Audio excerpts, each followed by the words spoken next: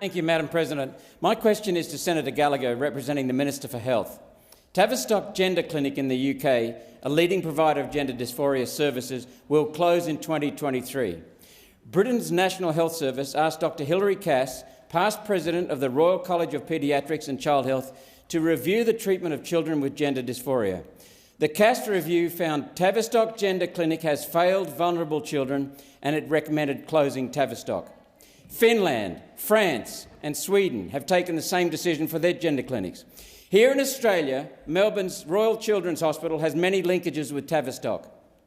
Minister, will you review Australia's gender clinics to ensure these clinics are not causing the same harm to vulnerable children that the Cass review found at Tavistock?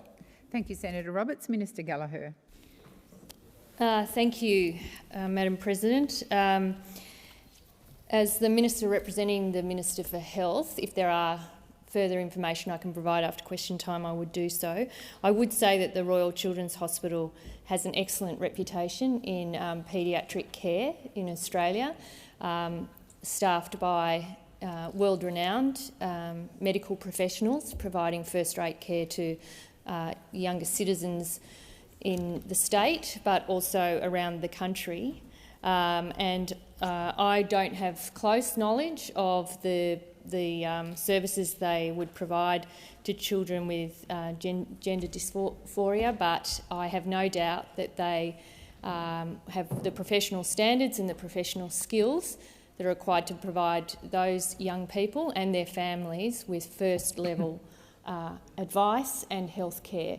We have no information that's available to the government, to my knowledge, that we should see it any differently to that. That is, that where there are children that require health services, that they access it through a children's hospital, that those services are accredited, there's professional standards in place, there's appropriate ethics and various advisory bodies that inform the delivery of those services, and if there are concerns around them, that they are dealt with through the appropriate channels, not necessarily by politicians who have particular views about certain things, but actually deal with them as through the delivery of health services, as we do so in a whole range of other areas of paediatric care.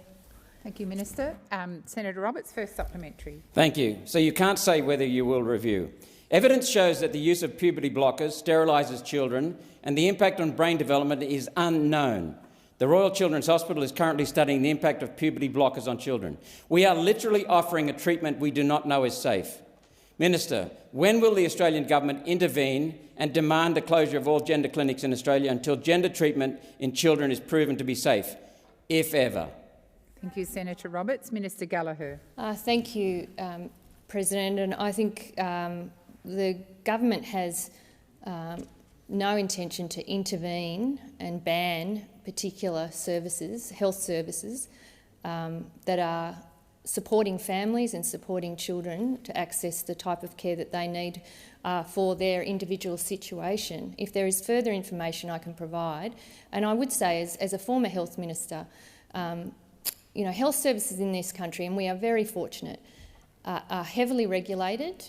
The professionals who provide health services are heavily regulated. There are professional bodies in place. There are complaints mechanisms. There are a whole range of avenues, if there are concerns about any health service, that those would go through and be dealt with. They are not normally dealt with on the floor of a parliamentary chamber.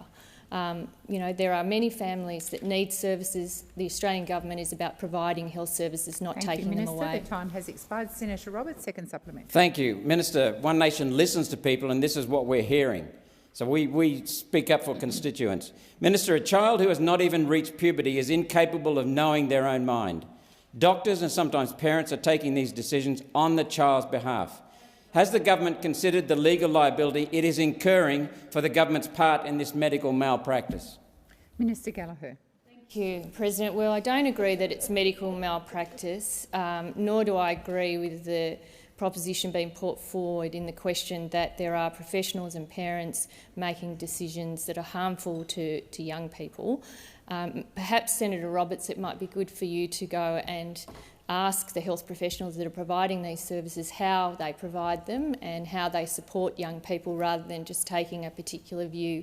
I've always found that going in and asking questions and being open-minded about, you know, not just necessarily taking one individual's view about it, but actually learning from the health professionals is useful. But I also think it's, you know, saying it's medical malpractice, it goes too far.